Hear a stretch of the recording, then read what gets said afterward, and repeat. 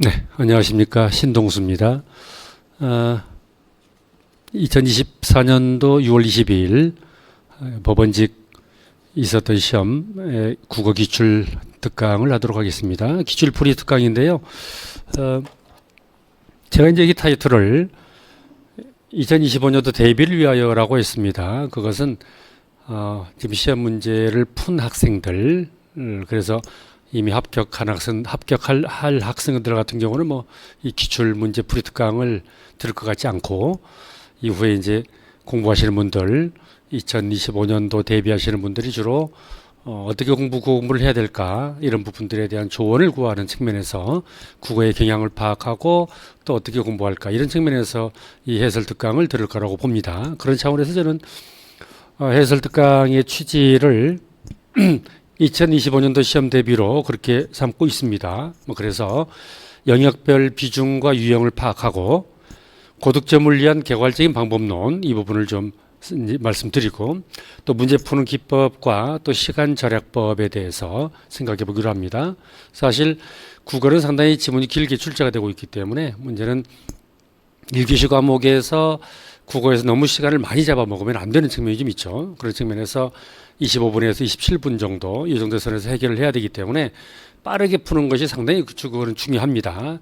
우리가 국어에서 30분 이상을 주게 된다면 누구나 다 좋은 점수를 얻을 수 있는 측면이 있습니다. 그러나 우리는 국어에서는 시간을 그 정도 분배를 해야 되기 때문에 시간 절약법에 대한 고민은 굉장히 중요하다, 이렇게 볼 수 있겠습니다. 그다음 이제 문법과 같은 빈출 영역은 구체적으로 풀이합니다. 무슨 말씀이냐면, 문법 문제 같은 경우에는 조금 변형된 형태로 다시 출제 활용된단 말이죠. 그렇기 때문에 문법 문제는 함께 제가 이제 구체적으로 풀을 해드리도록 하는데, 그러나 현대문학이나 비문학 지문 같은 경우는 이미 출제된 것이 당분간 다시 나오지는 않습니다. 출제하시는 분들도 최근 나왔던 작품들, 이런 것들을 쭉 보고 또 지문들을 보고 확인하고 그다음 출제를 하기 때문에 그걸 피합니다. 어쨌든 뭐 제가 20년 동안 법원직 강의를 쭉 해왔던 그런 결과로서 드리는 말씀인데요. 그런 차원에서 굳이 지문 분석을 구체적으로 하지는 않겠습니다. 그래서 개별 문제들을 어떻게 풀어낼 것인가, 이 부분에 초점을 맞추어서 그렇게 해설을 할까 합니다. 더구나 구체적인 해설 내용은 지금 박물관 홈페이지에 제가 이제 올려놓은 해설 내용이 들어가 있기 때문에 그걸 참고해서 보시면 구체적인 문제 하나에 대한 해설을 확인할 수 있을 겁니다. 거기는 일반 해설과 또 오답 피하기까지 그렇게 언급되어 있기 때문에 뭐 선지 하나하나가 왜 이것이 정답이 아닌가라는 부분에 대한 언급이 있습니다. 그걸 활용하시면 되겠습니다. 따라서 본 해설 특강은 이런 방식으로 진행된다는 것, 지극히 다음 시험을 준비하기 위한 강의다, 이렇게 이해하시고 들으시면 되겠습니다. 우선 영역별 출제 비중을 보기로 합니다. 또 다른 해와 상황들을 좀 어떤가 좀 보기로 하는데요. 문학의 출제 비중이 상당히 높죠. 그렇습니다. 그래서 문학이 13문제 출제가 됐기 때문에 25문제 중에서 13문제라고 치면 50%가 좀 넘습니다. 그래서 문학 비중이 상당히 높은데, 이것은 우리 법원직이 가지고 있는 특징입니다. 물론 최근 들어와서는 일반 행정직 계열에서도 문학 비중이 예전보다는 높아진 측면들이 있습니다. 다만 내년부터는 문제 기조가 변화되기 때문에 그건 좀 다른 측면이 좀 있습니다. 최근 들어서 그렇다는 말씀인데요. 그러면 여기서 잠깐, 법원직은 2025년부터 일반 국가직 인혁처에서 주관하는 시험처럼 그런 기조가 변화될 것인가에 관한 제 생각은 그렇습니다. 기조 변화는 없다, 이렇게 일단 말씀드릴 수 있습니다. 일단 시행처 자체가 기본적으로 다르고, 그다음 그동안 쭉 몇 번의 인혁처, 인사혁신처에서 주관했던 시험들의 변화 과정, 국어 시험 문제 변화 과정들이 있어 왔는데, 그런 과정 속에서도 법원직 같은 경우는 전혀 영향을 받지 않고 해왔던 방식의 문제 스타일로 그렇게 되어 왔기 때문에, 따라서 이번에도 마찬가지일 거라고 저는 추측하고 있습니다. 따라서 기조 변화는 없을 것이다. 그리고 제가 개인적으로는 사실 확인차 법원 쪽에 사실 문의를 해보긴 했습니다. 그런데 그런 기조 변화에 대해서는 생각을 않고 있는 그와 같은 생각인 것 같다 이런 느낌을 받았습니다. 어쨌든 결과적으로 본다면 제 경험과 그다음 문의로 보았을 적에 변화는 없을 거라고 생각을 하고 따라서 이렇게 분석되어지는 것들이 이후에도 쭉 이루어질 것이다 이렇게 생각을 하고 있습니다. 아무튼 다시 돌아갑니다. 그래서 문학은 작년도에도 상당히 많이 나왔습니다. 2023년도에는 16문제가 출제된 바가 있는데요. 다만 문학 비중은 그래서 10문제 내외로 출제가 많이 되고 있습니다.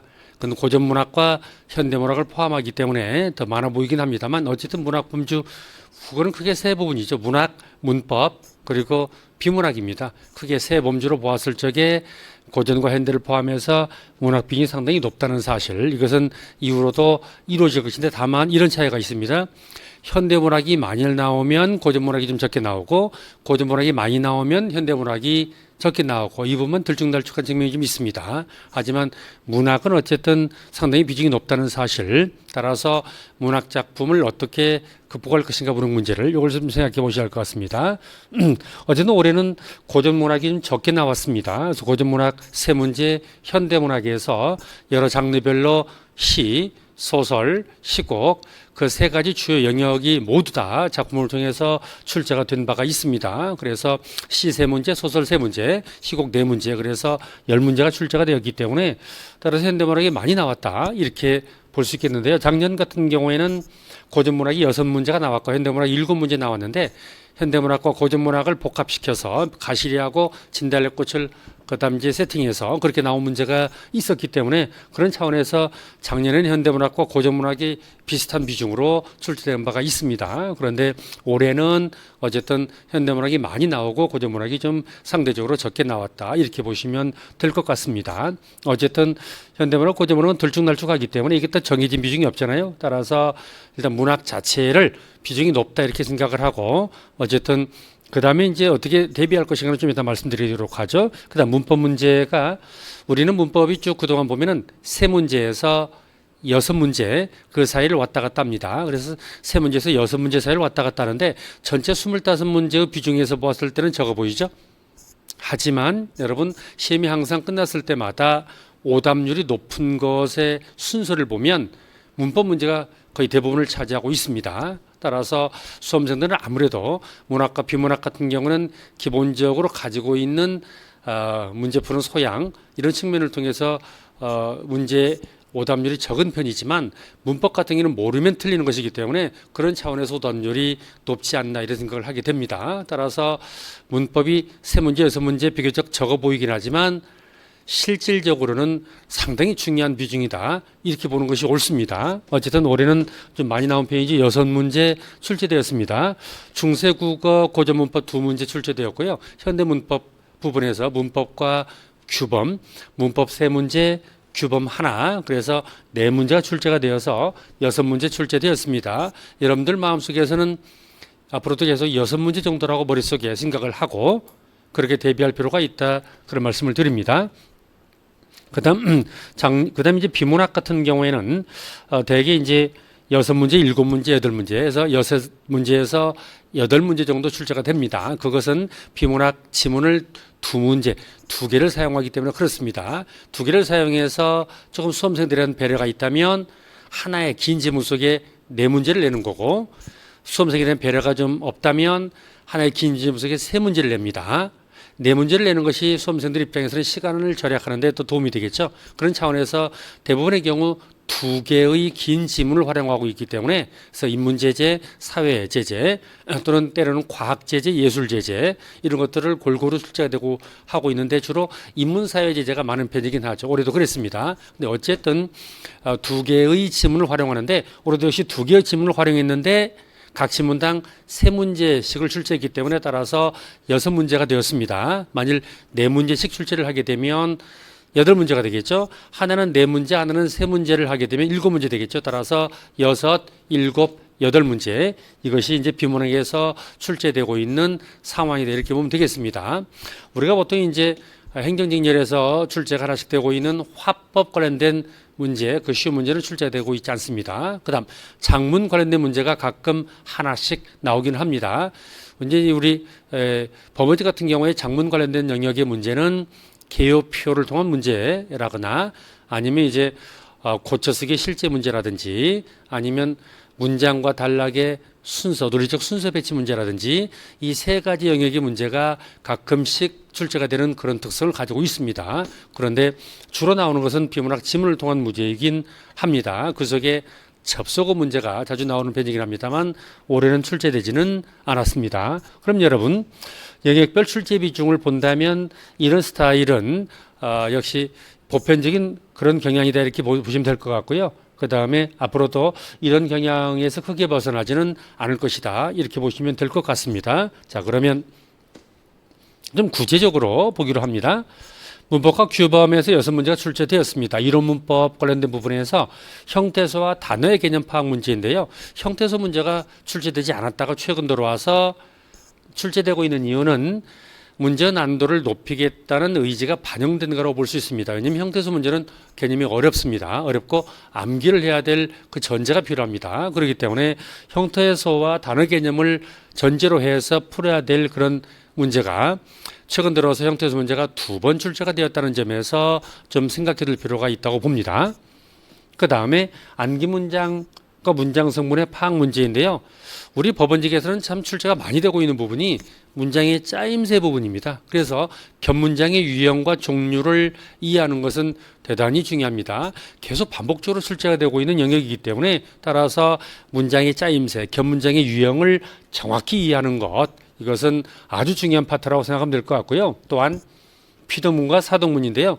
사동문 문제가 출제가 참 많이 되고 있습니다. 그런데 제가 누누이 이제 수업 시간에 강조하고 있지만 굉장히 쉬운 문제입니다. 그래서 아주 쉽게 접근할 수 있는 문제인데 저는 이게 오답률이 높다는 사실에 매우 놀랐습니다. 근데 어쨌든 좀 이따 문제를 확인하겠습니다만 어쨌든 이것도 자주 나오는 영역이다 이렇게 볼 수 있습니다. 자, 여러분, 자, 정리합니다. 안긴 문장 등의 이런 문장의 짜임새에 관한 부분하고 그다음 피동, 사동에 관한 부분은 지속적으로 출제가 많이 되고 있는 부분, 그다음 형태소에 관련된 부분은 최근 들어와서 두각되고 있는 부분, 보조영혼의 띄어쓰기 부분인데 이건 규범에 관한 내용이죠. 그래서 맞춤법 범주 속에 포함되어 있는 띄어쓰기에 관한 문제인데요. 이것도 띄어쓰기에 관한 기본 개념을 잘 숙지하고 계셨다면 시간을 많이 절약할 수 있었던 그런 문제로 볼 수 있긴 합니다. 아무튼 띄어쓰기 문제가 출제가 되었고요. 띄어쓰기 문제는 비교적 자주 나오는 편이다 이렇게 말씀드릴 수 있습니다. 따라서 띄어쓰기는 정말 잘 익혀두셔야 합니다. 여러분 중세국어 즉 고전문법 관련된 문제들이 우리 법원직에서 5년 전부터 지속적으로 출제되기 시작합니다.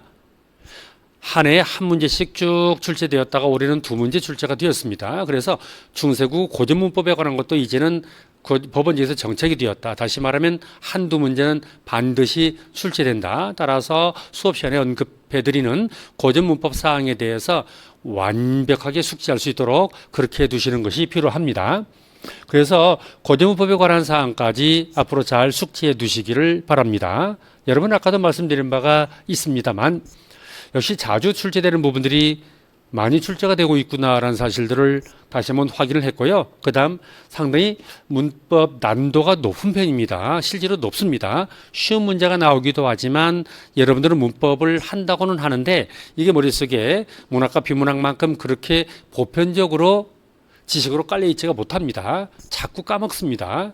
그렇기 때문에 문법 부분을 극복해야지 100점이 가능합니다. 96점, 92점이 가능합니다. 따라서 높은 점수를 맞기 위해서 문법과 규범은 필사적으로 해야 될 영역이라는 말씀을 다시 한번 드립니다.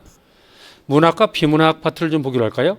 문학에서 13문제 나왔다고 그랬죠. 고전 문학에서 수필, 고전 수필이 출제되었습니다. 낯선 지문이 하나 나왔습니다. 참화설이야 매우 익숙한 지문입니다. 기본서에도 수록이 되어 있는데 괴토실설이라고 하는 비교적 낯선 이규보 선생의 글이 나왔습니다. 우리가 이제 고전 문학에서 주요 지문 활용하고 있는 지문의 작가 그러면 제가 이제 늘 말씀드렸지만 신라 때에는 최치원 선생 정도 출제가 잦지는 않습니다. 고려 시대에는 이규보 선생이 워낙 많은 글을 남겼기 때문에 이규보 선생의 설량식의 수필이 되게 많죠. 근데 설량식의 수필이 많은데 이번에는 비교적 많이 언급되지 않는 괴토실설이라고 하는 그런 비교적 낯선 설량식의 한문 수필이 나왔습니다. 제가 이규보 선생님의 수필도 대개 이제 설량식의 수필도 3편, 4편 정도는 수업 시간에 또는 문제를 통해서 언급을 합니다. 근데 거기서 벗어난 그리긴 했습니다. 그런데 굉장히 지문이 쉽습니다. 토시를 무너뜨린 것에 관한 설입니다. 둘 다 설이죠. 설이 뭔데요? 제가 수업 시간에 강조하죠. 설이란 교훈적 한문 수필입니다. 경험 사실에 바탕을 두고서 그다음 자신의 생각과 또 교훈적 일깨움을 그다음 글에 담아내고 있는 것이 설 양식의 한문 수필인데요. 근데 이제 이 관련된 것이 세 문제가 출제가 되긴 했습니다. 근데 어렵지 않았다고 볼 수 있습니다. 비교적 낯선 지문이 나왔다 할지라도 여러분들은 당황하면 안 됩니다. 낯선 지문은 문제가 쉽습니다.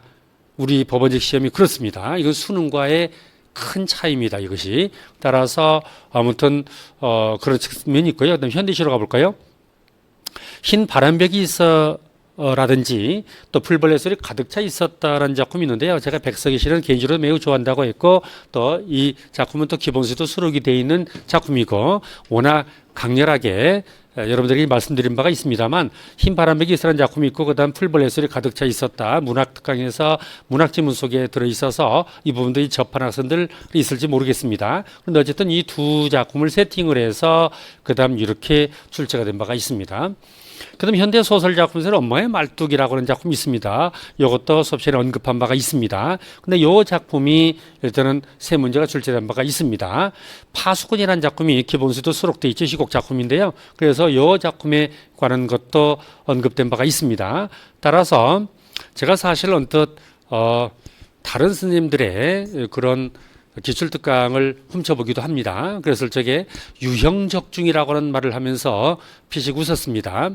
유형을 적중했다라고 하는 것은 이런 유형의 문제들이 많이 나옵니다. 제가 맞췄죠? 라고 이렇게 말씀을 하면서 자랑하시는데요. 물론 그것도 쉽지는 않은 일이기 하기 때문에 그걸 뭐 비난하고 싶지는 않습니다만 근데 저처럼 이렇게 사실은 이제 문학 지문 자체, 문학 지문 자체를 공부한 내용 속에서 출제한 경우들이 잦게 나오기 때문에 사실 학생들은 그 부분은 좀 인정을 하고 있지 않나 이런 생각을 해봅니다. 아무튼 죄송합니다. 그런데 어쨌든 그래서 여러 문제들인데 문제는 어쨌든 간에 공부를 한번 했다고 해도 수업시간 했다고 해도 사실은 낯설게 느껴질 수 있습니다. 공부했다고 해도 다 아는 것은 아니잖아요. 그렇지만 차분하게 낯설게 느껴진다는 차분하게 이와 같은 것들 문제 해결 능력을 가지고 접근해 나가면 어렵지 않습니다. 왜냐하면 우리 문학 문제가 수능처럼 깊이 있게 나오지 않습니다.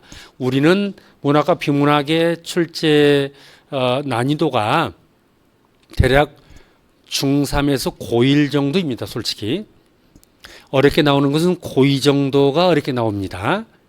그러지 요즘에 중3도 되게 어려워졌거든요. 그래서 대개 고1 정도 수준이라고 생각하면 됩니다. 솔직히 따라서 수능까지는 안 갑니다. 그래서 이게 사실은 그럼 왜 그렇게 문제를 낼까요? 우리는 1분에 한 문제를 풀라 합니다. 그리고 1교시 과목을 함께 네 과목을 세팅해서 내고 있습니다. 그걸 알고 있는 상황이기 때문에 어렵게 낼 수가 없습니다. 그렇기 때문에 국어의 난도는 그렇게 조절이 되고 있다.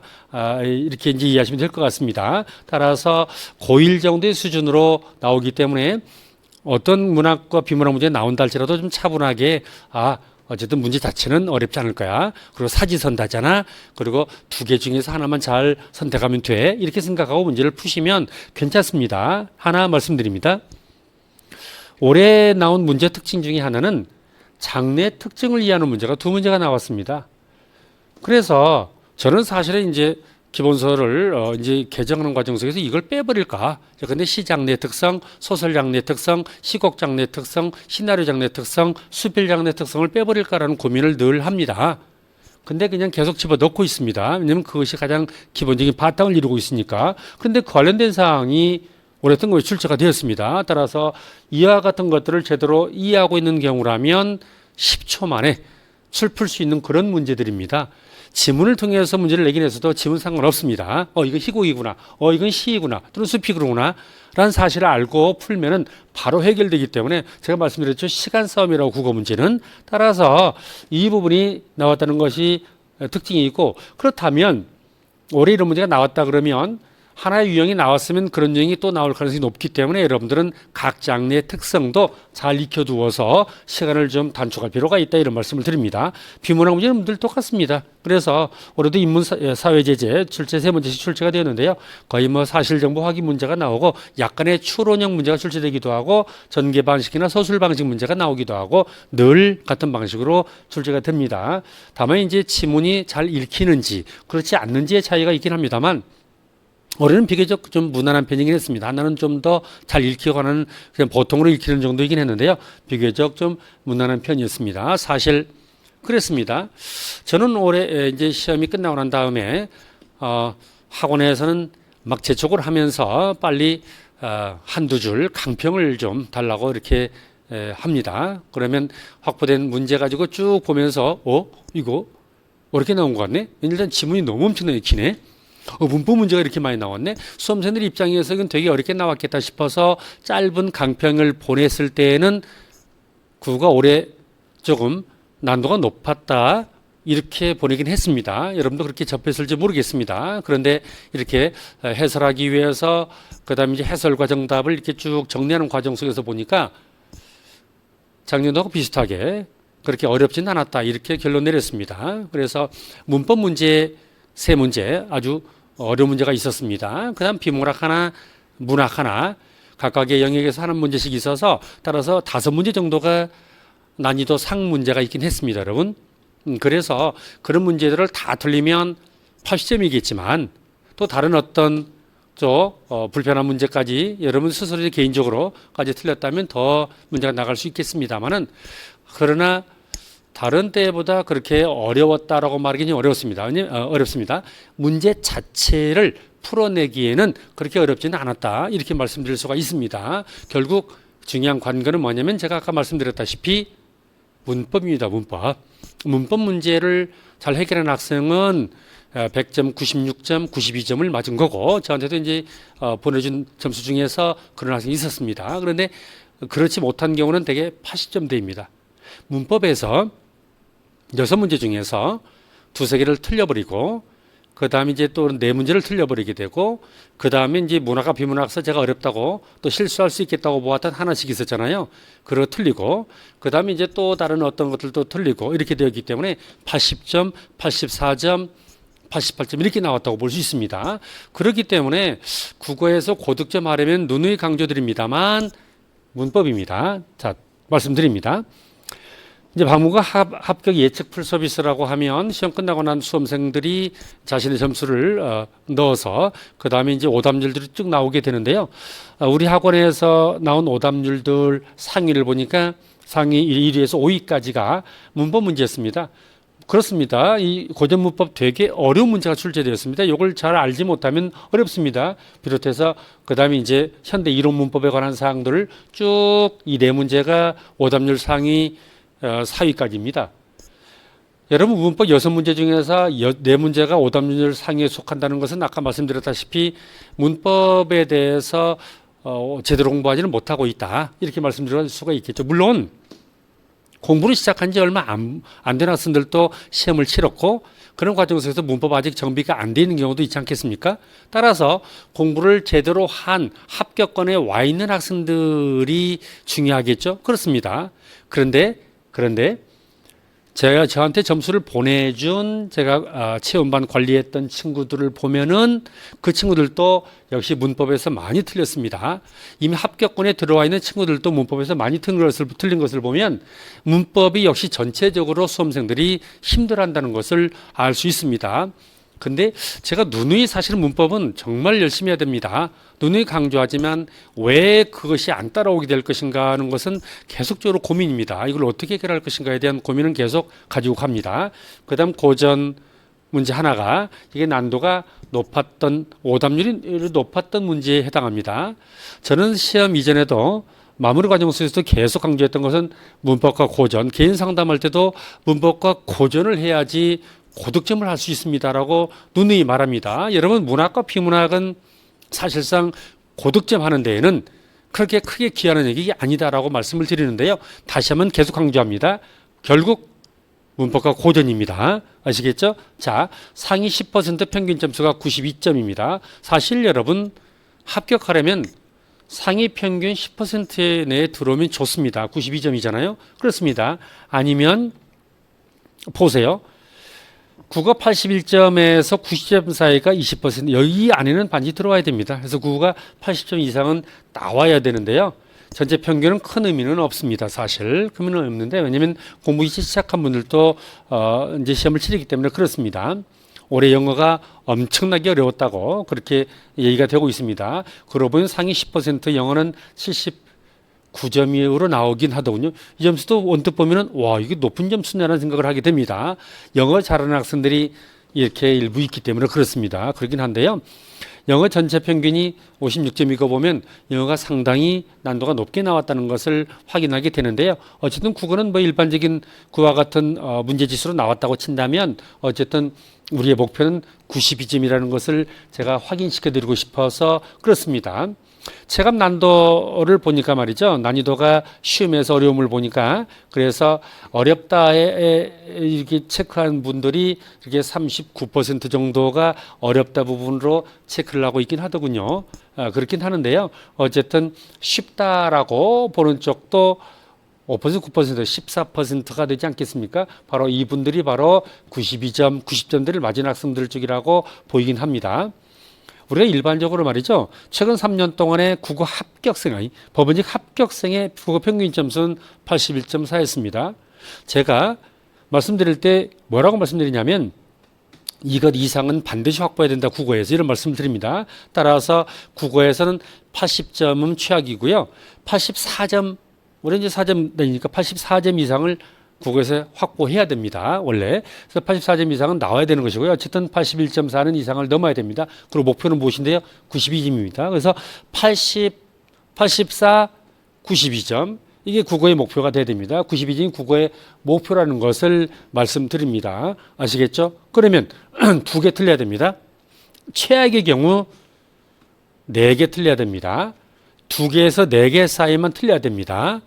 무슨 말씀인지 아시겠죠? 문법 4개 싸그리 틀리면 점수를 확보하기 어렵겠죠?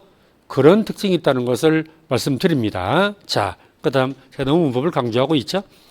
하여튼 정리합니다. 국어 조언 드리면요. 이론 문법을 확실하게 다지셔야 됩니다. 문법은 정리해 두시면 잘 안 까먹습니다. 따라서 초반부터 문법은 완벽하게 잡으려고 하셔야 됩니다. 중세국어 제가 수업 시간에 언급해 드리는 것들도 그냥 대충 넘어가시지 말고 그 다음 꼭 좀 잘 익혀두시기 바랍니다. 주요 고전문은 잘 익혀두셔야 됩니다. 그동안 사실 많이 나왔던 부분이 고려서교였거든요. 근데 너무 많이 나오다 보니까 우리는 고려서교를 빼고 고전수필을 출제한 바가 있습니다만 우리가 늘 자주 나오는 부분이 있습니다. 어디요? 고려서교 시조, 그리고 올해 시조도 하나를 활용한 바가 있죠. 고려서교 시조, 그 다음 가사, 그 다음 고전소설과 수필인데요. 어떤 고전문을 잘 익혀두는데 주요 고전문입니다. 왜 그럴까요? 수능 문제 쪽은 말이죠. 주요 고전문이 아닌, 즉 문학사적 가치가 높지 않은 것들을 출제해서 난도를 높입니다. 왜냐하면 일반적인 고전문들은 이미 수험생들이 익히 공부해 왔기 때문에 그렇습니다. 근데 우리는 말이죠.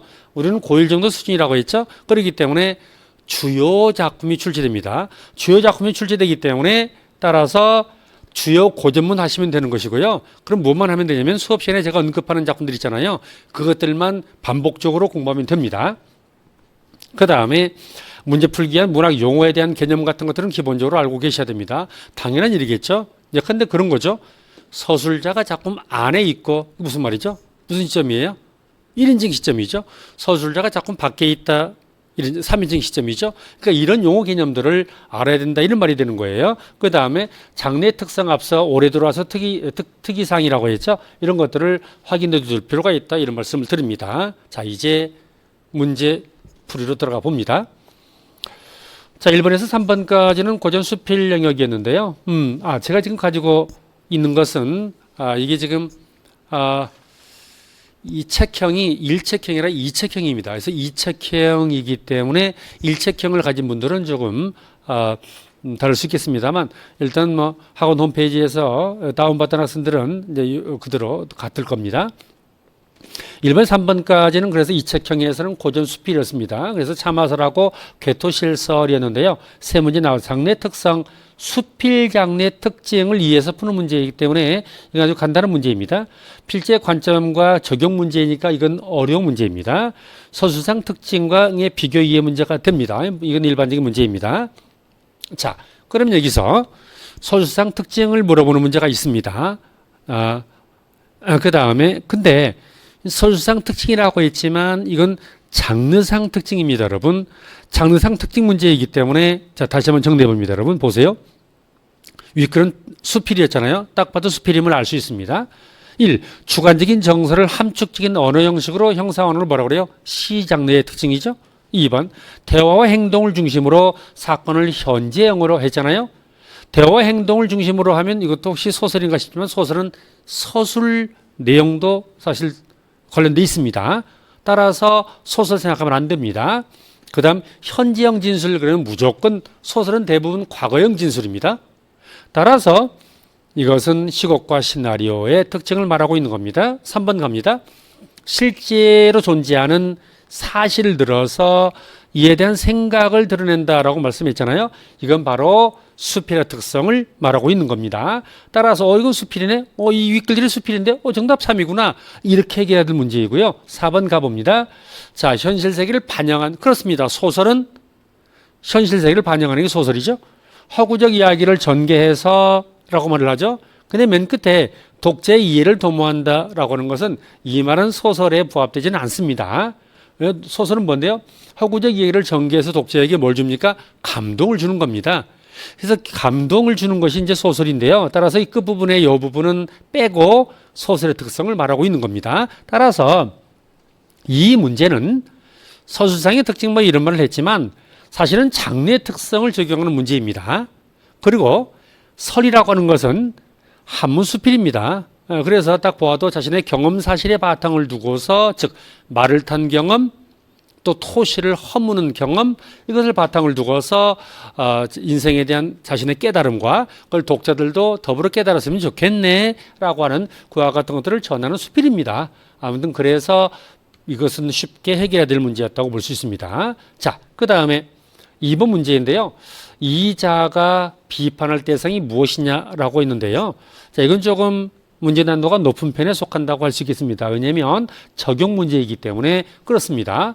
근데 여기서 이제 보면은 이자라고 했잖아요. 원래는 자라고 하는 것은 성현 뒤에 붙는 전미사입니다. 우리가 이제 맹자, 공자 할 때 자자 붙이잖아요. 이 아들 자자, 자식 자자가 또 사람 자자가 이게 이제 성현 자자로 쓰이기도 합니다. 근데 여기서 이제 꼭 성현까지는 아니더라도 원래 깨달음을 가지고 있는 사람을 자자를 붙이게 되는데요. 내용상 쭉 읽어보시면 제가 쉽게 읽힌다고 했죠. 지문까지는 언급하지 않는다고 말씀드렸어요. 왜냐하면 지문이 똑같이 나오진 않으니까 문제 푸는 방식에 초점을 두시기 바랍니다. 이자는 결국 작자 자신입니다. 이규보이시잖아요. 자기 자신을 이자라고 했습니다. 그건 자기 자신인데요.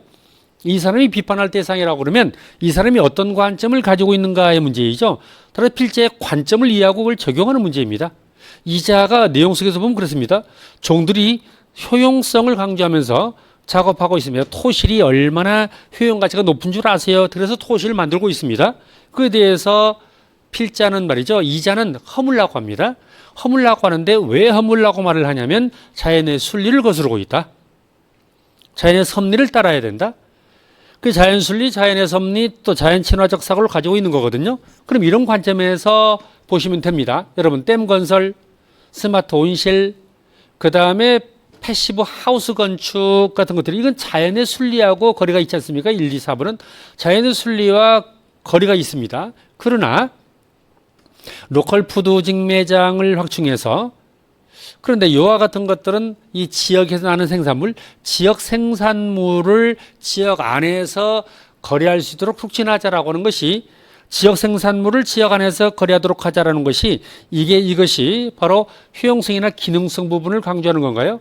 이런 것들과 관련이 없는 거잖아요. 그렇죠? 그렇기 때문에 이건 무관한 것이다. 따라서 이것은 거리가 있다. 이렇게 보는 거죠. 그래서 자연 친화, 자연 순리, 자연 섭리 이것과는 관련이 없잖아요. 그래서 답을 3번으로 해야 했던 문제다. 이런 얘기입니다. 자, 그 다음에 3번 문제로 가봅니다. 이게 이제 가와 보기에 관한 이해라고 되어 있습니다. 적절한 것을 모두 고르면 이렇게 되어 있는데요. 이게 이제 김천택의 시조 가는 뭐예요? 가는 참화설이죠. 그런데 김천택의 요 시조가 있습니다. 뭐 기본서에서 자주 다루고 있는 작품이고 문제 자주 다루는데요. 이 작품을 혹시 아십니까? 강산 좋은 경치, 힘센 사람들이 다툴 것 같으면 그래서 힘이 있는 사람, 권력 금력이 있는 사람들이 차지하기로 하자라고 한다면 내 힘과 내 분수로 나는 힘도 없고 내 처지로 보았을 적에 어찌하여 얻을 수 있겠는가? 얻을 수 없다. 하지만이 생겼대요. 그러나 진실로 그 많은 사람이 없으므로 나도 마음껏 두고 논일 수 있다라고 말하고 있습니다. 그래서 이 강산 좋은 경치를 아무나 누릴 수 있게 해서 너무 좋다고 말하고 있습니다. 그런데 여러분 여기서 중요한 것은 뭐냐면 방법론이 중요합니다. 시간을 단축하는 방법을 생각해 보기로 합니다. 이렇게 비교 문제가 나오게 되면 비교 문제가 나오잖아요. 이렇게 그러면 가 어떻고 보기 어떻고 이거 일일이 다 1번부터 이렇게 보아 나가는 것은 시간이 너무 걸립니다. 따라서 익숙한 작품부터 선제 적용합니다. 익숙한 작품을 선제 적용해서 소구하는 방식을 취하면 됩니다. 그래서 일단 기억부터 봅니다. 자, 그래서 나만 봅니다. 보기에 힘센 사람은 멀리해야 될 대상이냐라고 했는데요. 힘센 사람을 멀리해야 될 대상입니까? 아닙니다. 멀리할 대상이 아니라 이것과 대조적 성격을 가지고 있긴 할지라도 여기서 힘센 사람이 차지할 수 있다라고 하면 나는 차지할 수 없겠지라고 해도 멀리할 대상까지는 이건 세모가세표입니다. 이건 아닌데 라고 봐야 됩니다. 그 다음 서리법 방식인가요? 일부러 묻는 방식이죠. 물론 이것은 원래 알고 있어야 되긴 합니다. 얻을 소니가 얻을 것인가 어째 쉽게 얻을 수 있겠는가라고 얻을 수 없다란 말이기 때문에 얻을 수 없다란 말이기 때문에 서리법 방식이 맞습니다. 그래서 이건 맞습니다. 3 디귿 가봅니다. 소유할 수 없는 것도 있다. 그렇습니다. 어찌하여 얻을 수 있을까? 얻을 수 없는 경우도 있다. 자, 힘센 사람들이 마음껏 차지하라고 한다면 얻을 수 없는 경우도 있다. 이기 때문에 또 맞는 말입니다. 리을 가봅니다. 성찰의 자세를 갖출 걸 독려하고 있다. 자기 자신을 잘 성찰해 보세요. 그런 말인가요? 아니죠. 이건 그냥 뭐예요? 나 자연을 마음껏 즐기고 있으니 너무 좋아. 그런 자연 친화적인 내용입니다. 따라서 여기에 보기 자체만 가지고 보았을 때도 니은과 디귿에 해당되기 때문에 여기 답지 3번을 선택하는 방식입니다. 따라서 일일이 다 시간이 없는데 일일이 다 이렇게 두 가지를 다 비교해서 보시지 말고 1차적으로 이렇게 하나의 작품을 먼저 선지에 적용하고 소구하는 방식으로 취하면 됩니다. 물론 이게 3개가 나오는 경우도 있습니다. 그럼 다시 2차적인 방법으로 그 다음에 다른 지문, 비교하는 다른 지문을 활용하는 방식을 취하면 됩니다. 1차적으로 이렇게 하는 것이 시간 단축이 좋고 우리 시험은 좀 쉽게 나온다고 했죠. 이런 경우가 되게 많습니다. 운 좋게 하나만 적용했더니 답이 나오더라. 이런 경우가 많기 때문에 이렇게 해서 시간을 단축하셔야 됩니다. 4번에서 6번까지는 현대시입니다. 그래서 이 두 작품이 출제되었는데요. 시상전개 표현상 공통점 그렇습니다. 우리가 작품을 세팅하는 것은 공통점 파악 문제 때문에 그렇죠. 근데 이게 되기는 어렵죠. 근데 이것도 여러분 제가 아까 말씀드렸다시피 공통점 파악 문제도 하나의 작품 그것도 자신에게 더 낯익은 작품을 먼저 적용을 먼저 해서 그래서 이제 선지에서 하나 나오면 그건 완전 대박인 거죠. 그 다음 외적 준거를 활용한 것이 있고요. 상황과학과 인물 문제 등이 있었습니다. 자, 그러면 한번 봅니다. 4번 공통점 물어본다고 했죠. 아까 말씀드렸죠. 익숙한 작품도 적용해 봅니다. 자, 일단은 저는 가작품이 좀 익숙하다고 봅니다. 그래서 가작품이 어쨌든 그 영화 스크린 위에 지금 유랑하는 과정 속에서 스크린 위로 쭉 올라가는 그리운 사람들의 얼굴들이 쭉 나오고 있지 않습니까? 자, 화자가 분명히 드러나 있다는 것은 화자 또는 서정적자라고 하죠. 작품 안에 있습니다. 그 얘기는 나 1인칭 화자 나가 작품 속에서 언급되어 있는가를 확인하는 거죠. 있습니다. 유사한 문장 구조가 반복되고 있다 했습니다. 근데 가작품을 보니까 반복됩니다. 흰 바람벽에가 바람벽은 이제 방둘레벽입니다. 흰 방둘레벽인데요. 여기 이제 이 말이 반복되고 있고 내 가난 늙은 어머니가 내 사랑하는 사람이 이게 반복되고 있습니다. 따라서 대개 시에서 반복은 두 가지죠. 첫째는 뭐예요? 운율감. 두 번째는 뭐죠? 의미나 정서 강조이죠. 그렇습니다. 일반적인 반복은 의미나 정서 강조이고요. 시에서는 거기다가 운율감을 높인다가 하나 더 플러스가 되죠. 아무튼 이것도 일단 맞습니다. 3번 갑니다. 시적 대상과의 대화를 통해서 다른 어떤 대상과 이야기를 주고받으면서 전개되나요? 아니죠. 따라서 틀렸습니다. 4번 가봅니다. 감각적 이미지를 활용해서 라고 했는데요. 그렇습니다. 가작품도 보면은 바람벽 흰 바람벽이죠. 흰이 빠지는 흰 바람벽에서 흰색 그다음 시퍼둥둥하게 청색의 이런 백색과 청색 등의 시각적 이미지라든지 달리단 따끈한 감주가 있습니다. 이 촉각적 이미지라고 볼 수도 있겠고 아니면 공감각으로 보기도 하는데요. 이렇게 다양한 감각적 이미지를 가해서 활용합니다. 여러분 어떻습니까? 세 개는 가에 해당되지만 3번이 해당되지 않죠? 이것도 되게 운 좋게 3번 하나만 남았기 때문에 답을 3번 이렇게 나가는 거죠. 굳이 나작품까지 보지 않습니다. 만일 두 개가 나왔으면 나작품까지 보게 되겠죠. 이런 방식으로 해결합니다. 여러분 말씀드렸죠. 우리 시험에 이런 문제가 많다는 거 꼭 기억해 두시기 바랍니다. 익숙한 작품 하나만 먼저 적용을 해본다는 것. 그거는 시간 싸움이다. 5번 문제 들어갑니다. 보기를 참고해서 A를 이해한 것이라고 되어 있는데요. 이걸 참고해서 A를 이해한다 이렇게 말했습니다. 여러분 이것도 푸는 방법을 생각해 봅니다. 보기가 제시된 것은 1차적인 방법론은 말이죠. 보기 내용이 선지에 부합되는가입니다. 2차적으로는 보기 내용이 선지에 잘 부합되네? 라고 본다면 그 다음에 이 선지 내용의 해석의 적절성 부분을 그 다음으로 하는 거죠. 그런데 우선 이 보기 내용이 요 선지 부분들이 해당되는지를 보는 거예요. 자, 봅니다. 1번. 실제로는 화자 자신의 목소리라고 했습니다. 보기 내용에서 화자의 목소리가 이런 말이 보입니다. 자막으로 처리해야 된다. 2번. 화자 관객이 되어라는 부분이 있습니다. 그렇습니다. 그래서 나라는 화자를 보는 관객입니다. 언급되어 있습니다. 3번. 화자의 목소리가 글자로 표현된다. 이거에 앞서 보았던 자막으로 처리된다라는 부분에 해당됩니다. 4번 가봅니다. 이런 것들과 합의를 통해 합의는 하나가 되는 거죠. 합쳐져서. 그런데 뭐가 되는 나가스크를 통해서 이렇게 둘러 분리되면서 여러분 분리와 합의는 정반대 용어 개념이죠.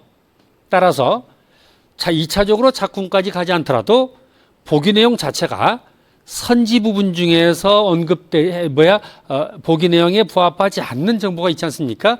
따라서 이것만으로 우선적으로 해결했던 문제다 이렇게 볼 수 있습니다. 그 다음에 6번 들어갑니다. 기억 미음에 관한 것 그랬습니다. 역시 그랬는데 이것도 우선 기억과 미음 쭉 있잖아요. 우선 앞에 있는 기억 이렇게 두 개씩 있으면 말이죠. 굉장히 시간이 많이 걸리는 문제거든요. 근데 기억도 봐야 되고 니은도 봐야 되고 또 니을도 봐야 되고 막 이러는데 그러지 마시고 우선 이것도 기억, 니은, 디귿 기억, 니은, 디귿 세 개만 먼저 봅니다. 앞에 것만 우선 적용을 합니다. 그래서 기억, 화자가 모두 그려하는 대상이야. 어머니, 내 사랑하는 사람 그렇겠네요. 니은, 고국을 떠나 유랑하는 삶을 살고 있대요. 그래서 내 사랑하는 사람 이렇게 말하고 있습니다. 고국을 떠나 유랑하는 삶을 살고 있다 그러는데요. 그렇습니까? 그 다음에 아닙니다. 그 다음에 그런 대상이다. 그 다음에 고국을 떠나 유랑하는 삶을 살고 있다. 유랑하는 삶을 살고 있는 것은 화자이지 내 사랑하는 사람이 그렇지 않습니다. 고양이는 향수를 유발한다 그랬습니다. 좀 애매합니다. 그러나 가능성은 있습니다.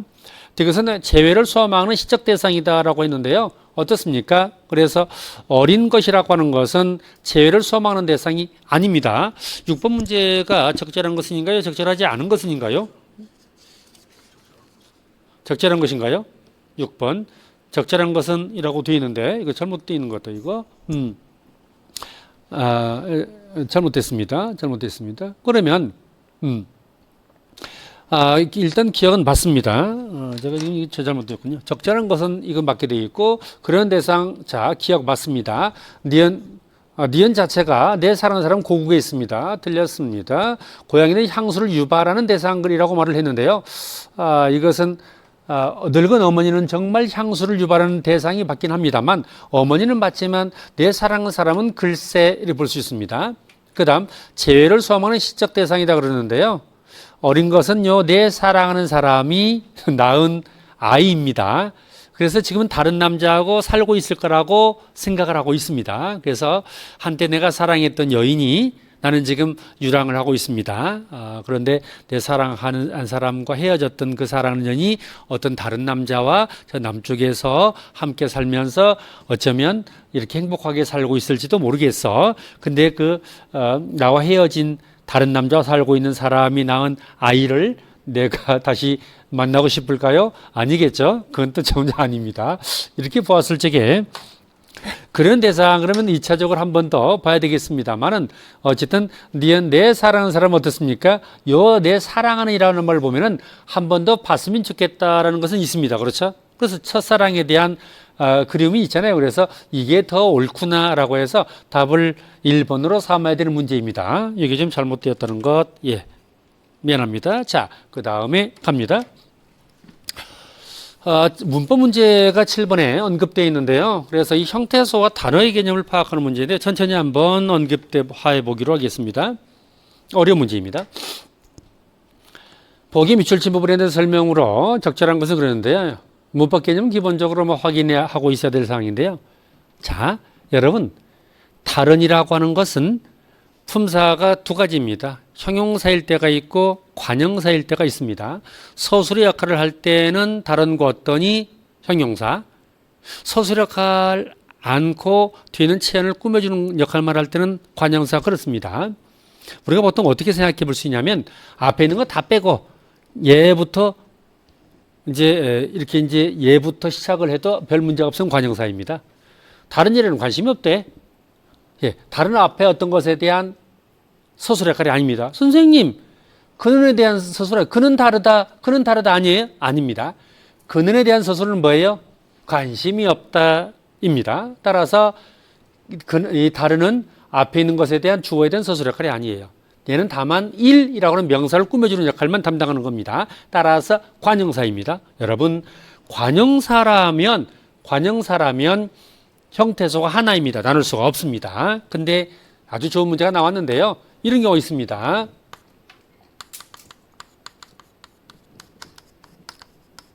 성격이 다른 사람과 대개는 결혼해서 살게 된다. 이렇게 했을 적에 성격이 다른 이게 관형절로서 사람 명사를 꾸며주는 역할을 담당하게 되죠. 이 관형절 속에서 다른 서술어 기능을 담당하죠. 따라서 성격이 다르다입니다. 이 다르는 형용사입니다.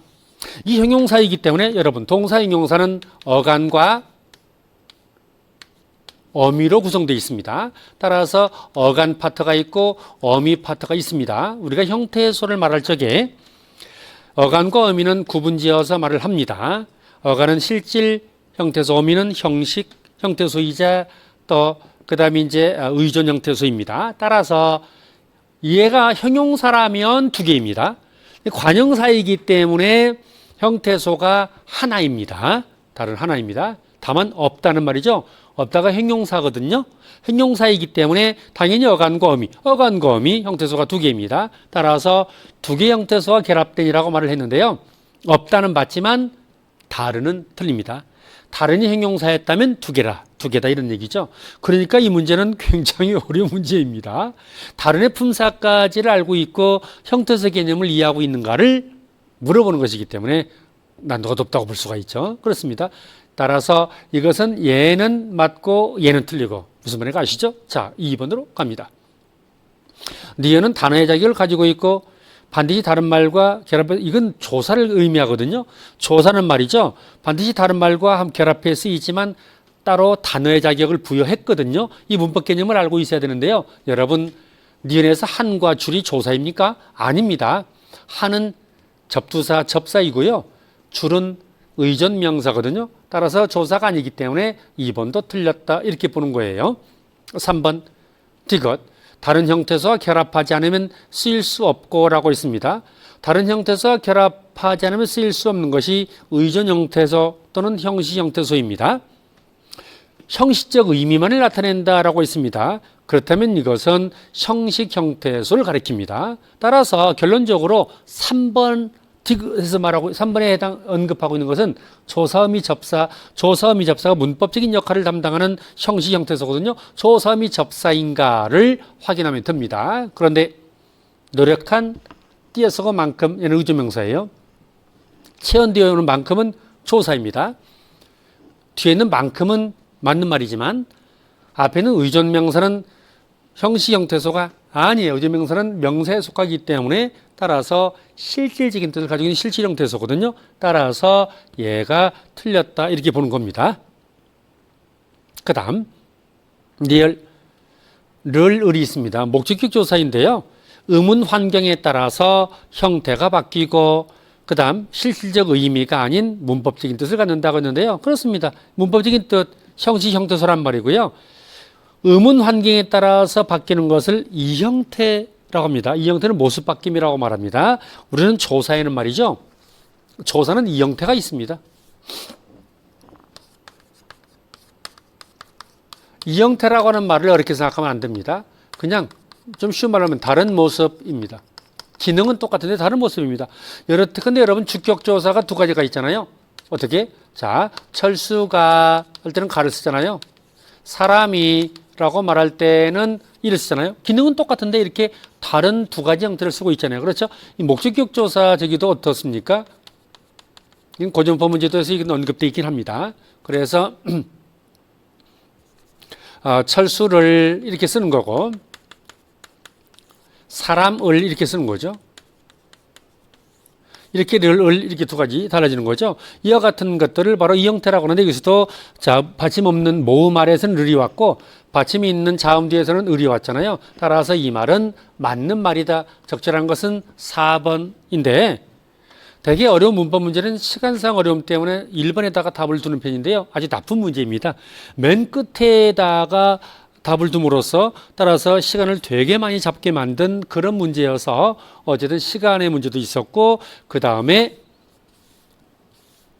문제 난도도 높았던 그런 문제이긴 합니다. 따라서 형태소나 품사에 대해서 제대로 그 개념을 알고 있어야 될 것이라서 상당히 어려운 문제인데 여기까지 출제를 하고 있습니다. 비문학으로 들어갑니다. 간단하게 언급합니다. 같은 지문이 또 활용되지는 않습니다. 인지심리학 내용입니다. 저도 개인적으로 관심을 가지고 있긴 합니다만 인지심리학에서 말하고 있는 점화 효과 이론에 대해서 설명하고 있는 글이거든요. 세 문제 다른 상황에 적용해서 추론하는 거, 사실적 이해, 전개 방식 문제 등이 출제된 바가 있습니다. 자, 보기 내용을 이해한 것 윗글을 바탕으로라고 그렇게 말을 했는데요. 그래서 역시 보기 내용의 적용을 일차적으로 해봅니다. 보기 내용 자체를 적용하는 방식으로. 근데 보면 말이죠. 투표소의 위치 등에는 영향을 받지 않는다고 생각한다 했습니다. 그러나가 있습니다. 그러나 자, 학교 재정 지원 증가에 찬성한 비율이 학교 안에서 투표한 경우가 훨씬 높았다는 거예요. 실제 학교에 가서 투표를 해보니까 학교 진짜 열악한데 찬성해야 되겠어. 이런 것들에 심리적 영향을 주었다 이렇게 본다는 거죠. 그런데 찬성한 사람들은 당연히 영향을 미치지 않았다. 이건 공정해라고 생각할 것이지 미치지 않았다고 주장할 것이지 우리가 여기서 투표했으니까 이거 높게 나왔어라고 생각할까요? 그렇게 주장하지 않겠죠. 그렇기 때문에 이것은 4번은 잘못 해석한 것이다. 이건 상식적으로 그렇게 이해해서 해결해도 될 문제였다. 이렇게 볼 수 있겠습니다. 이렇게 투표한 사람들이 영향을 미쳤다 다시 말하면 투표가 공정하지 않다고 주장할까요? 그럴 리가 없죠.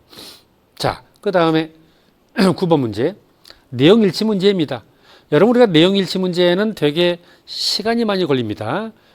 그렇지만 문제는 쉽긴 하죠. 쉬운 편인데 시간의 문제가 어려움이 있고요. 변별 키워드를 확보하고 그 다음에 제시문을 확인하는 그런 방식을 취하게 되는데요. 다 점화효과 논으로 시작을 하죠. 변별 키워드는 일단은 뭐 단어와 관련된 개념만을 이때 우리가 조사 단독 보조사 만이 언급되면은 그러면 좀 생각을 해봐야 됩니다. 그렇죠? 의심을 해보는데요. 그다음 2번은 일정한 방향만으로 작용. 3번은 촉발이라고 하는 단어가 매우 확실하게 변별 키워드로 즉 머릿속에 기억해 두고 본문을 읽을 수 있는데 이걸 오랫동안 기억할 수 있는 그런 단어로 잘 보입니다. 4번은 연상망의 확장 뭐 이와 같은 것들이 분명히 언급되어 있기 때문에 그러겠죠. 그 부분 가서 읽어가면서 선지하고 대응시켜서 그다음 확인하는 방식을 취하면 됩니다. 그 다음에 넘어갑니다. 10번 문제로 가봅니다. 전개 방식인데요. 선지 용어 개념을 잘 알고 있는가가 중요합니다. 여기 보세요.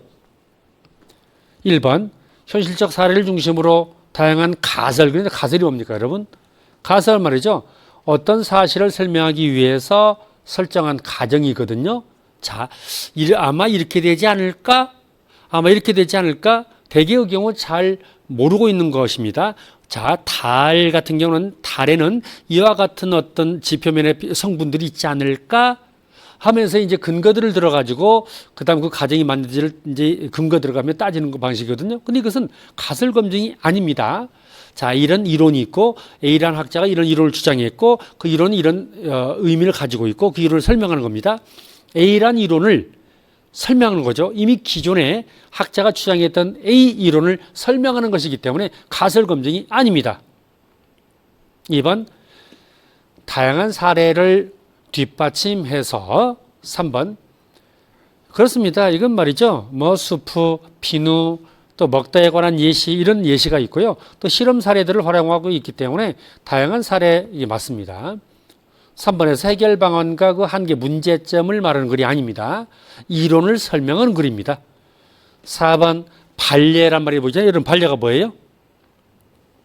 어떤 이론이 옳지 않다는 것을 반대되는 근거를 들어서 예를 드는 거거든요. 근데 반대의 예를 들고 있나요? 아니에요.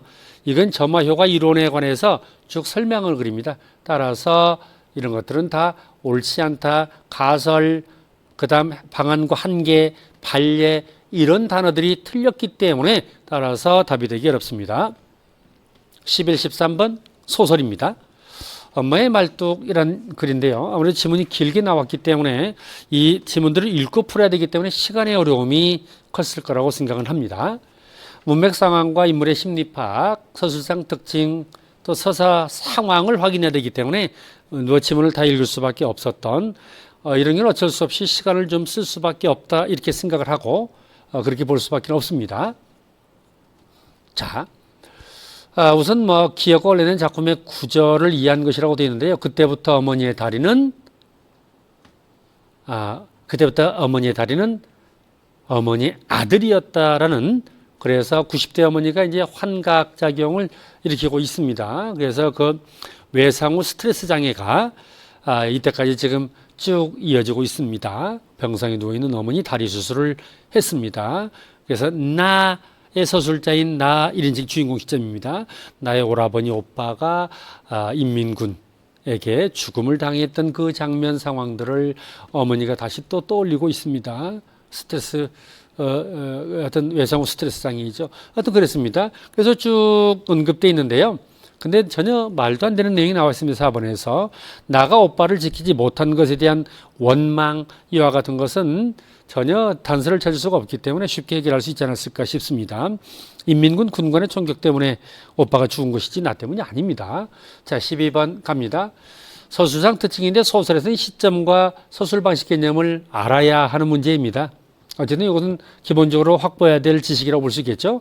이런 겁니다. 1번 서술자가 자신의 심리적 반응과 해석을 이라고 되어 있네요. 그렇습니다. 여기서는 나라고 하는 1인칭 서술자가 작품 안에서 어머니의 환각과 행위가 있잖아요. 지금 병상에서 그것과 자신이 어렸을 때 겪었던 그 비극적인 장면 그것과 연계시키면서 왔다 갔다 합니다. 어머니의 모습, 그 환각적 행위 하고 그다음 어렸을 적의 기억 왔다 갔다 하면서 이에 대해서 내 생각 등을 그대로 대응시켜서 말하고 있기 때문에 이건 지극히 나의 해석을 곁들이고 있는 거죠. 그래서 어머니는 분명 이런 장면을 떠올리고 있으실 거야 라고 내가 지금 해석하고 판단하고 있는 겁니다. 1번이 답이었던 거라고 볼 수 있는데요. 2번 서술자를 전환하고 있다고요? 나라고는 1인칭 서술자가 달라지지 않습니다. 끝까지 이어집니다. 동시사건인가요? 아닙니다. 과거의 사건과 현재의 장면을 연결시키고 있습니다. 여러분 요약적 제시가 뭐예요? 많은 사건의 내용을 몇 줄에 쭉쭉쭉 서술하는 방식입니다. 근데 그런 방식이 아닙니다. 그런 차원에서 물론 갈등 해소란 말도 틀렸습니다만 그래서 정답은 1번 이렇게 보는 거죠. 13번에서 이건 사건 내용의 사실적 확인 내용이죠. 이건 매우 좀 구체적으로 확인해야 될 사항이었을 겁니다. 근데 3번에서 보이군과는 마을에 도착하자마자 나의 집을 찾아왔다가 틀린 진술인데요. 왜냐면 이런 내용이 있습니다. 글 속에 집에 들이닥친 인민군 군관에게 발각된다. 그래서 오빠가 근데 인민군 군관이 계속 고문을 합니다. 그런데 말하지 않습니다. 마침내 보이군관이란 말이 보입니다. 마침내 보이군관이 작별하러 왔다 그랬습니다. 군관과 보이군관을 여기서는 여러분들이 구별해야 됩니다. 보이군관은 원래 정보 공안 담당 군관입니다, 원래. 근데 그걸 몰랐다 하더라도 어쨌든 요 단어하고 요 단어가 분명히 다릅니다. 그럼 그가 작별하러 왔다는 것은 무엇을 의미합니까? 퇴각하는 과정에서 오빠의 허벅지에 총을 막 쏴댑니다. 안 되겠어 라고 하면서 그리고 떠납니다. 마을을 떠나는 인민군들이 오빠에게 이 보이군관이 마지막으로 그 짓을 하고 갑니다. 따라서 보이군관이 바로 내 집을 찾아온 것이 아니라 보이군관은 퇴각하는 과정, 퇴각하는 것이 마지막 날 오빠를 찾아와서 총격을 합니다. 따라서 매우 세세하게 확인해야 될 문제였는데 이 부분을 급하게 푸는 상황이었다면 혹시 인민군 군관하고 보이군관 개념이 헷갈려서 그래서 틀렸을 수도 있겠다는 생각이 듭니다. 자, 그 다음에 14, 15번은 문법 문제인데요. 중세국어입니다. 여러분 훈민정음 언해본의 세정의 어지 부분은 우리가 자주 봅니다만 그것의 내용적 사실, 내용적인 측면들은 잘 알고 있는데 문법적인 사항이 이렇게 출시될 줄은 몰랐죠. 근데 어쨌든 문법적인 사항은 이와 관련해서 어쨌든 저는 수업 시간에 언급을 합니다만 이게 글쎄 고전 문법이 이 지문을 통해서 나온 바는 없기 때문에 좀 쉽게 소홀히 다루지 않았겠는가 하는 생각을 하게 됩니다. 자, 오답률 1위네요, 이게. 기억일에 대한 설명 그런데요. 기억과 시옷에서 동일한 비교 부사격 조사라고 되어 있는데요. 기억, 비교 부사격 조사인가요? 중국과 달라서 그렇습니다. 얘는 비교 부사격 조사입니다. 그런데 여러분, 시옷은 말이죠. 수매는 사용함이거든요. 사용함애가 비교인가요? 사용함이 있어서 사용함이 다른 것과의 비교인가요? 아니에요. 그래서 이 수매할 때 숨 플러스 애가 결합된 모습이거든요. 보세요. 아이고. 이 구조는 이 애라고는 부사격 조사이고 이건 이어적기 연철 표기되어서 넘어간 거죠. 애라고는 부사격 조사가 무엇이냐는 거거든요. 근데 이게 도구나 대상을 나타내는 조사이지 도구나 대상이지 이것이 비교와는 전혀 상관이 없기 때문에 따라서 시옷이 틀렸다라고 합니다. 따라서 이건 정답을 1번에다가 두었습니다. 매우 고난도의 문법적인 문제였기 때문에 출제자는 1번에 두지 않았을까라고 생각을 합니다만 어쨌든 정답이 그래서 1번이었는데요. 1번이 시옷은 무슨 비교야 말도 안 돼? 라고 했다면 바로 다음 문제로 넘어가도 됩니다만 어쨌든 나머지 한번 볼까요? 니은은 다른 대상과의 비교 조사라고 했는데요. 네, 그래서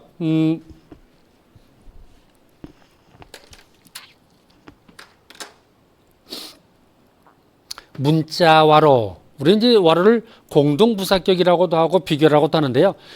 자, 문자는 한자입니다. 한자와 더불어 비교할 때 서로 통하지 아니하므로 서로 한자와 더불어 비교할 때, 함께 비교할 때 이런 뜻이기 때문에 그런 의미가 있다고 봐야 됩니다. 그 다음에 할 바가 있어도라고 했습니다. 어때요, 여러분? 바 플러스 이가 주격조사가 들어가 있고요. 나 플러스 이가 들어가 이도 주격조사입니다. 그래서 둘 다 주격조사가 들어가 있어요. 그래서 할 바가 여러분 주격조사가 제로 이 세 가지입니다. 받침 아래에서는 이가 왔고 받침이 없으면 그냥 이가 왔으면 바 플러스 그 다음에 또 나 플러스 그래서 모음 아래에서는 이가 왔거든요. 그래서 여기 지금 이가 왔는데 이가 바로 주격조사입니다. 그 다음 뜨들할 때 을이 왔고 그 다음에 28절 할 때 랄이 왔죠. 목적기 조사가 왔잖아요. 이것은 체언의 끝소리와 모음 조화에 따라서 목적기 조사가 실현된다라고 했잖아요. 이것은 앞서 말한 이 형태잖아요. 목적격 조사의 이 형태가 다시 또 언급이 되어 있습니다. 그래서 우리가 이제 고전문법에서 목적격 조사가 자음 아래에서가 있고요. 곧 받침입니다.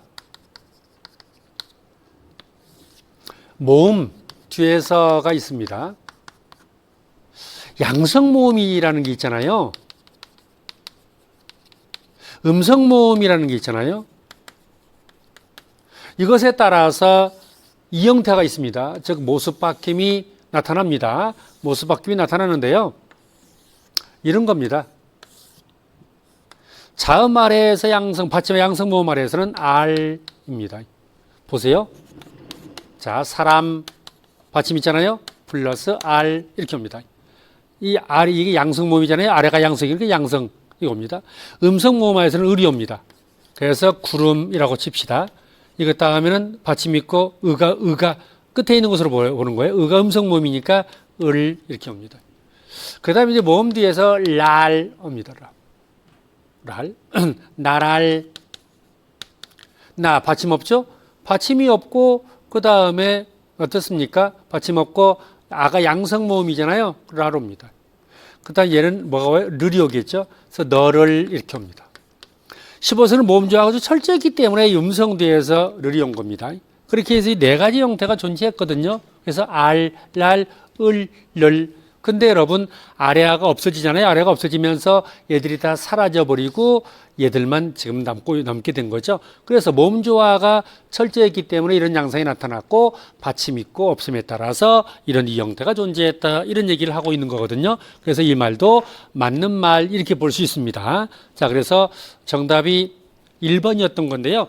비교조사냐 도구대상조사냐 이 문제인데 아무튼 가장 어려운 것으로 이렇게 인식했던 모양입니다. 예, 어려운 문제였습니다. 자, 그 다음에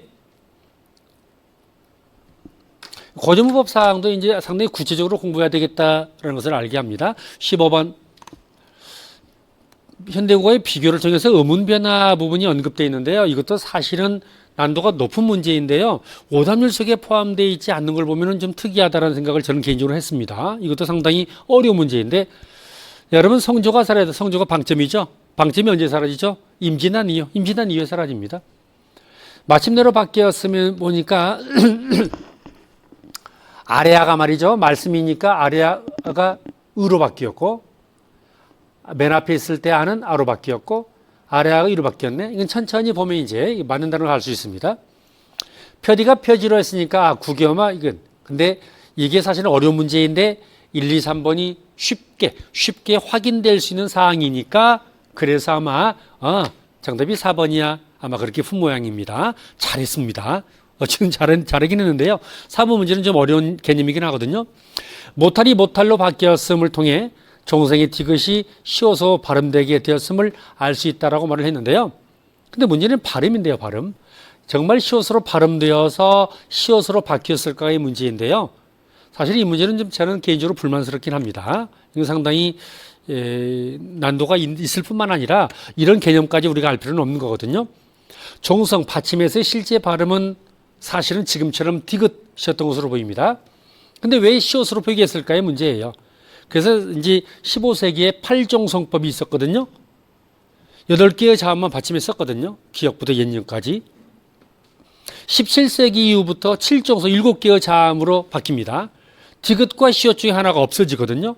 없어지는 과정 속에서 자, 어떤 문어는 디귿이 빠지고 어떤 문어는 시옷이 빠지고 이렇게 막 혼동의 과정을 겪습니다. 그러더니 17세기 후반에 가게 되면 디귿이 빠지고 시옷이 남게 됩니다. 그것은 발음이 시옷이 발음이기 때문에 그런 것이 아닙니다. 어쨌든 칠종성법의 규정 속에서 혼동을 겪다가 그냥 시옷으로 쓰게 됩니다. 그래서 그런 것이지. 지금은 어떻습니까? 지금은 우리가 받침에서 시옷 대평으로 보지 않고 디귿 대평으로 보고 있잖아요. 그렇습니다. 그래서 이건 그렇게 발음으로 인식되어서가 아닙니다. 따라서 그래서 그렇다인데 요 개념까지 요구하는 것은 좀 무리였습니다. 아무튼 출제자는 그래서 그런지 1, 2, 3번은 쉽게 맞는 말임을 확인할 수 있는 것들을 언급하긴 했습니다. 그래서 4번을 추정해서 답을 찾으시오. 뭐 이렇게 했는지는 모르겠습니다만 어쨌든 요 개념은 조금 복잡한 개념인데 좀 무리수를 두었습니다. 출제자가. 자, 문법 들어갑니다. 오답률 5위라고 했는데 이건 4위로 바뀌었나요? 그런데 이건 그렇지 않습니다. 너무 쉽습니다. 여러분 사동 피동 전미사에 대해서 이 지문 읽을 필요가 없습니다. 보기가. 우리가 이희릭이라는 접사는 사동 피동 접사잖아요. 근데 목적어가 있으면 뭐예요? 일반적으로 사동이잖아요. 그렇죠? 목적어 있으면 사동이기 때문에 따라서 피동이 틀렸다. 답은 1번 하고 넘어가야 됩니다. 나머지 경우에는 뭐 되다, 오지다 등이 결합되어 있기 때문에 따라서 이것은 바로 확인되는데 글쎄 이런 가장 기본적인 개념을 오답률 4위라고 보았던 것은 4위, 5위? 너무 좀 너무합니다. 자, 규범으로 들어갑니다. 보조용어나 띄어쓰기 부분인데요. 맞습니다. 이건 본용어 보조용어나 띄어쓰기는 항상 수험생들이 저한테 와서 많이 질문하는 것 중에 하나입니다. 개념이 상당히 복잡하기 때문에 그렇긴 합니다. 다만 적용하는 문제이긴 합니다. 적용하는 문제이긴 한데요. 그러나 이것도 문법 개념이 잘 갖추어져 있다면 그렇다면 선지만 가지고 해결은 됩니다. 할 만하다. 본용어 보조용어는 용어는 띄어쓰는 것이 원칙이지만 붙여쓰는 것이 허용됩니다. 다만 이렇게 올 듯하다 같은 경우에도 여러분 뭐 올 듯하다 올 본용어는 듯하다가 보조용어인데 본용어 보조용어는 붙여쓰는 게 가능하기 때문에 올 듯하다 이렇게 가능은 합니다. 그러나 중간에 조사가 들어가게 되면 도가 조사이죠. 이 조사가 들어가게 되면 반드시 그 다음 이어지는 하다하고 띄었어야 된다 그런 얘기죠. 그 다음 떠내려가 버렸다가 원래는 이렇게 떠내려가 버렸다 이렇게 띄어쓰는 것이 원칙이지만 앞에 떠내려가가 뭐예요? 합성동사, 이 합성동사입니다. 뜨다, 내리다, 가다. 세기어 동사, 뜨다, 내리다, 가다. 세기어 동사가 합해진 합성동사거든요. 합성동사라는 경우는 뭐라고 되어 있습니까? 반드시 띄었습니다. 따라서 옳지 않다, 옳지 않습니다. 예, 떠내려가가 합성동사이기 때문에 반드시 보조용은 버렸다고 띄었어야 된다 이런 얘기입니다. 근데 얘는 잘도 놀아만 나는구나 그랬잖아요. 이것도 잘도 놀아 띄어쓰고 나는구나인데요. 이것도 뭐 본용은 보조용은 붙여쓰기 가능하기 때문에 놀아 나는구나 모두 붙여쓰기는 가능합니다. 그러나 조사가 들어가 있잖아요. 조사가 들어가 있기 때문에 이것은 무엇하고 똑같다? 올 듯도 하다하고 비슷한 맥락으로 2번과 4번은 같은 개념으로 봐야 됩니다. 조사가 붙거나가 있습니다. 또 중간에 조사가 들어갈 적에 그렇습니다. 여기가 이제 앞에 조사가 붙어 있는 경우입니다. 따라서 합성동사, 노라가 합성동사입니까? 노라가 합성동사, 합성용언이어서가 아닙니다. 그래서 이 말이 틀렸다 이렇게 보는 거죠. 어떻습니까? 어려운 난도이긴 합니다만 그러나 요 노라라고 하는 것이 노라가 합성용언이야? 노라가 합성용언이야? 아닌데 말도 안 돼. 그렇게 풀었어야 될 문제입니다. 그 다음에 18번도 문법 문제인데요. 문장 성분인데요. 이게 오답률 2위였네요. 왜냐면 이 문장의 짜임새에 관련된 문제가 상당히 좀 깊이 나왔습니다. 깊이 나왔는데 상당히 좀 복잡한 구조를 가지고 있는 문장을 예문으로 주었기 때문에 그렇습니다. 형이 저지른 잘못이 빌미가 되었음을 동생이 밝혔다. 여러분 전체 주어가 뭐예요? 동생이 전체 스스로 밝혔다. 뭘? 얘가 앞으로 가 있을 뿐이지 이 속에 들어와도 되죠. 그렇습니다. 정리해 봅니다.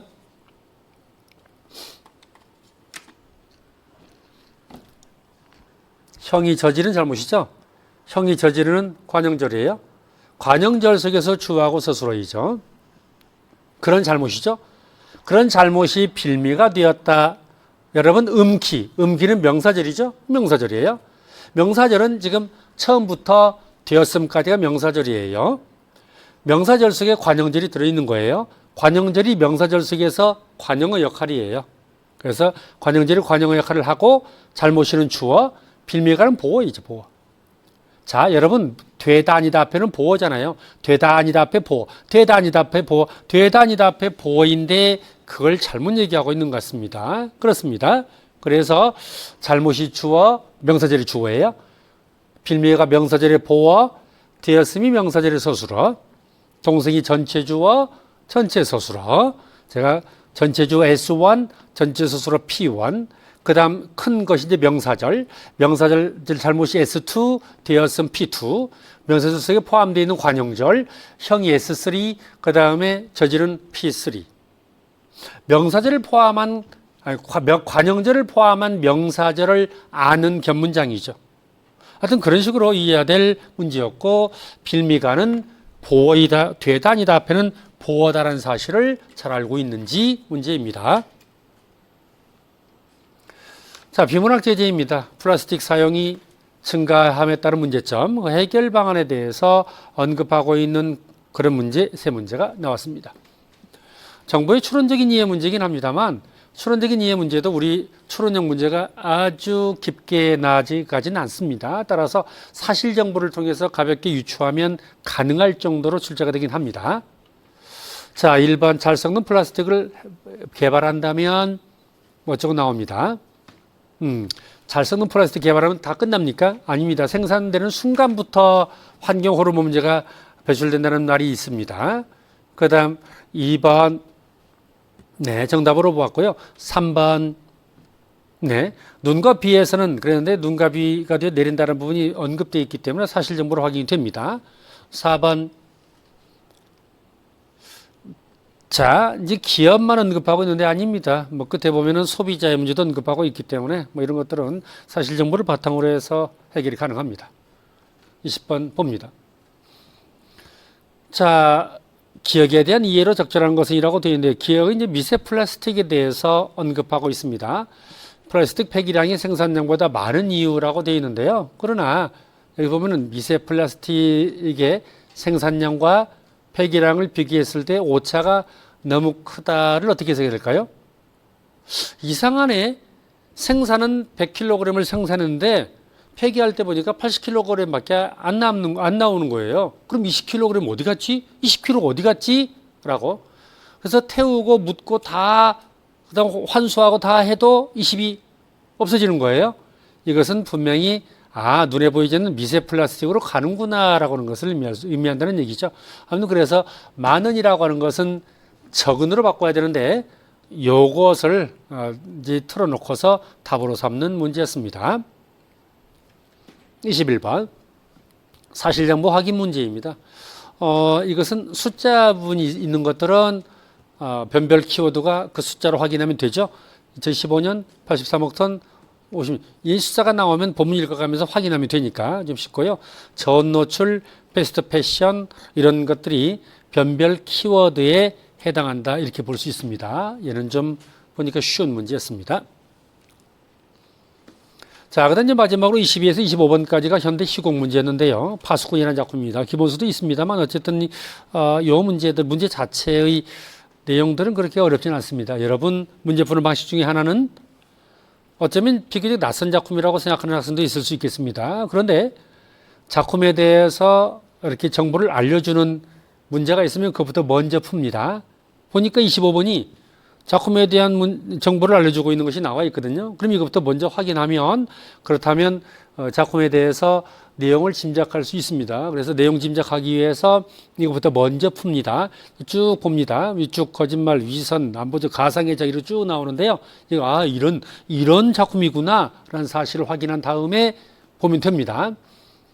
이리 때는 마을 사람들이 가상의 적이며 촌장에게는 사회 통제 수단이 되는군. 파수꾼 다는 가상의 적이 실체 없는 허상임을 알지만 흰구름의 진실을 혼자만 알기를, 이건 뭐 너무 쉽게 확인됩니다. 보면 읽어보면 마을 사람들에게 알리려고 편지를 보냈는데 중간에 편지를 촌장이 커트해가지고 가져옵니다.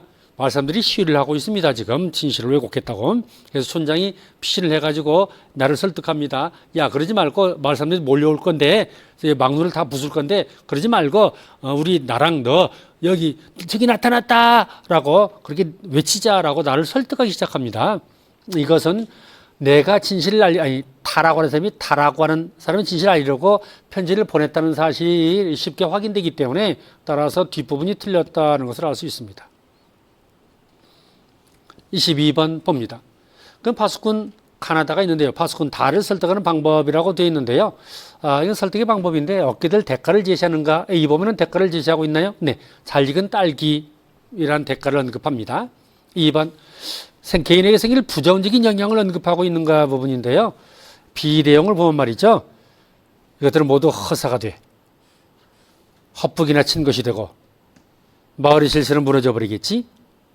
이 모든 걸 다 헛되게 하고 싶니? 이 속에 앞으로 생길 부정적인 영향, 그것도 개인에게, 그 개인은 물론 나일 수도 있고 다른 사람일 수도 있지만 앞으로 이렇게 됐을 때 이런 문제가 생길 거야. 그동안의 행위가 무의가 된다, 헛수고가 된다란 말은 했지 앞으로 이런 문제가 생길 거야 라고 말하지 않았잖아요. 그래서 2번 틀렸습니다. 네. 23번. 대사와 행동의 태도와 의도를 파악하는 건데요. 기억 파악숙은 다가 진실을 밝힌 것에 대한 촌장의 마음을 반어적으로 표현하고 있는가? 촌장, 나를 이것에 오도록 해서 고맙다, 이 싸가지 없는 놈아. 이 말이 생략되어 있거든요. 왜 네가 그 진실을 마을 사람들한테 편지를 통해서 알려서 마을 사람들이 지금 시위를 하고 있고 이쪽으로 지금 막루 쪽으로 지금 막 오려고 하고 있는데, 아무튼 그래서 내가 지금 피신 겸 이쪽으로 왔는데 지금 빨리 문제 해결해야 되니까 거짓말을 또 해야 되지 않겠니? 이 나쁜 놈아, 고마운 거예요. 반응인 거죠. 맞아. 운반일에 대해 못마땅한 심정, 이 그 수다쟁이 놈이란 말 안 썼지만 그러나 이와 같은 말투에서 확인이 됩니다. 제가 격앙된 반응인가요? 뭐라고? 라고 처음 여기까지 격앙된 반응입니다. 잠시 동안 침묵을 지키니 웃으면서, 그래 사실 우습기도 해. 이럴 때 야 그게 뭐냐? 사실 다 의미 없어. 감정을 가라앉히고 이제부터 설득과 회유 모드로 들어가고 있는데, 이걸 격앙된 반응이라고 보는 것은 뭐라고 부분만, 이 부분만 보았기 때문에 그렇고요. 뒤에까지 다 밑줄 그어져 있잖아요. 여기까지 다 봐야죠. 그렇기 때문에 틀렸다, 이렇게 봐야 되는 거죠. 촌장이 이중적이고 위선적인 성격을 이걸 보여준다고요? 온화한 얼굴에서 부분 하고 혀가 날름 나왔다가 들어간다라는 거잖아요. 속마음이 따로 있는 거죠. 표리부동하는 태도잖아요. 이중적인 위선적인 태도 맞습니다. 24번은 너무 쉬운 장르 특성이의 문제입니다. 이거는 시곡이잖아요. 무대 상인을 전제로 한 연곡이 맞습니다. 장면 전환이 자유롭다는 말에 나오면 무조건 시나리오입니다. 시곡은 장면 전환이 쉽지 않습니다. 여러분 실제 이거 연극할 때 보세요. 장면 전환이 자유롭나요? 영화 볼 때 어때요? 바로 다음 장면으로 휙 하면 되잖아요. 일단은 커튼을 내리는지 아니면 일단 조명을 어둡게 한 다음에 막 지그지그지그 막 소리가 나잖아요. 그렇죠? 의자 옮기는 소리, 뭐 움직이는 소리, 그 다음 인물 배치. 쉽지 않아요. 그 다음 디귿, 현지형으로 제시된다, 갈등이 맞습니다. 그 다음 리얼, 해설자가 작품 내부의 사건을 관찰하며 관련 인물들의 심리를, 이건 1인칭 소설, 1인칭 소설을 말하고 있는 거죠. 이 시곡은 서술이란 말 쓰지 않습니다. 따라서 기역과 디귿, 앞서 이제 수필의 특성에 관련된 장례 특성 문제하고 희곡 장례 특성 문제 두 문제가 이렇게 출제되었음을 알 수가 있겠습니다. 그렇습니다. 이렇게 해서 문제를 풀어봤습니다. 근데 어쨌든 중요한 것은 제가 이제 문제를 어떻게 해결할 것인가의 문제인데요. 아까도 처음 말씀드렸다시피 국어는 시간을 많이 주면 줄수록 점수가 잘 나옵니다. 그래서 올해 반드시 합격을 해야 되겠어. 난 합격권이야라고 해서 시험을 보는 분들하고 올해 시험 삼아 한번 시험을 봐봐야 되겠어라고 하는 분들하고는 국어 점수의 차이가 실질적으로 큽니다. 왜냐하면 마음의 여유를 가지고 천천히 시간을 충분히 그렇게 두고 시험을 치려면 국어 시험은 점수가 높게 나옵니다.